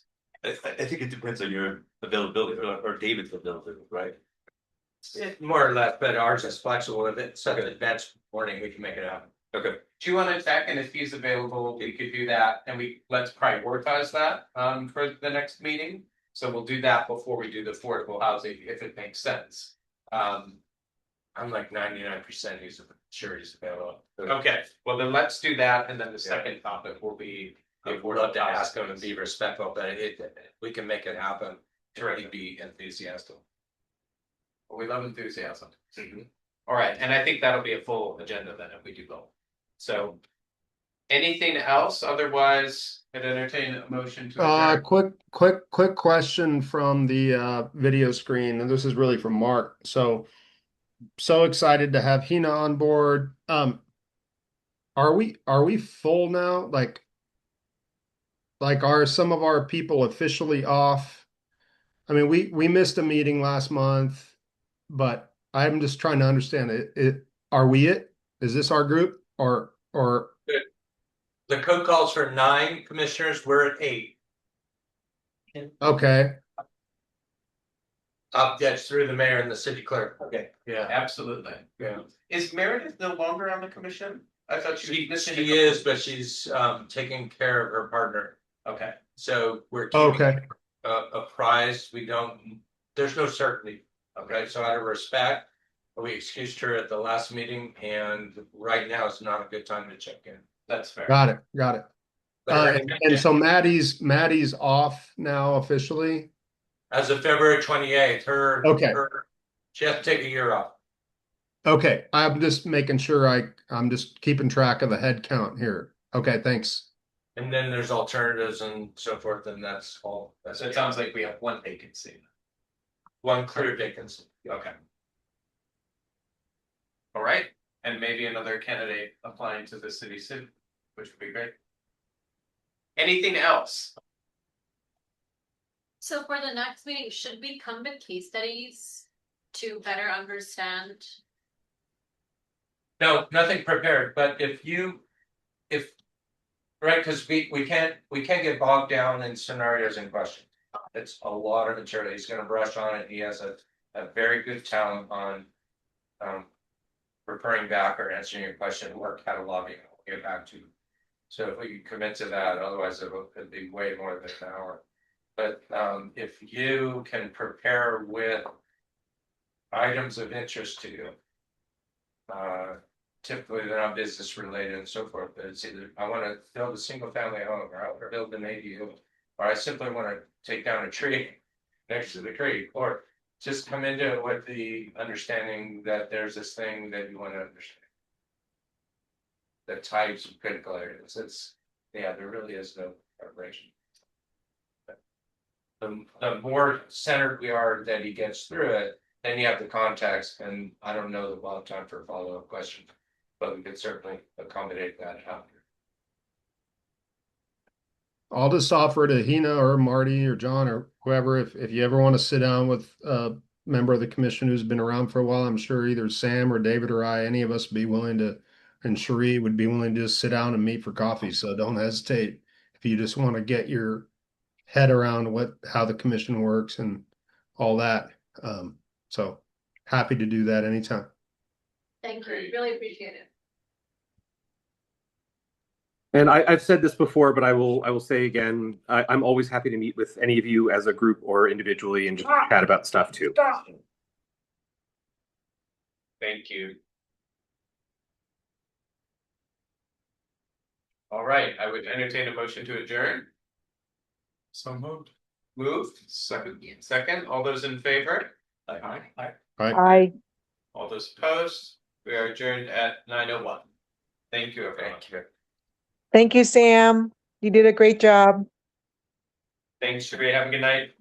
You So too. Yeah. Thank you all. Thank you. Thank you. I gotta make sure I don't screw this one button I have to hit.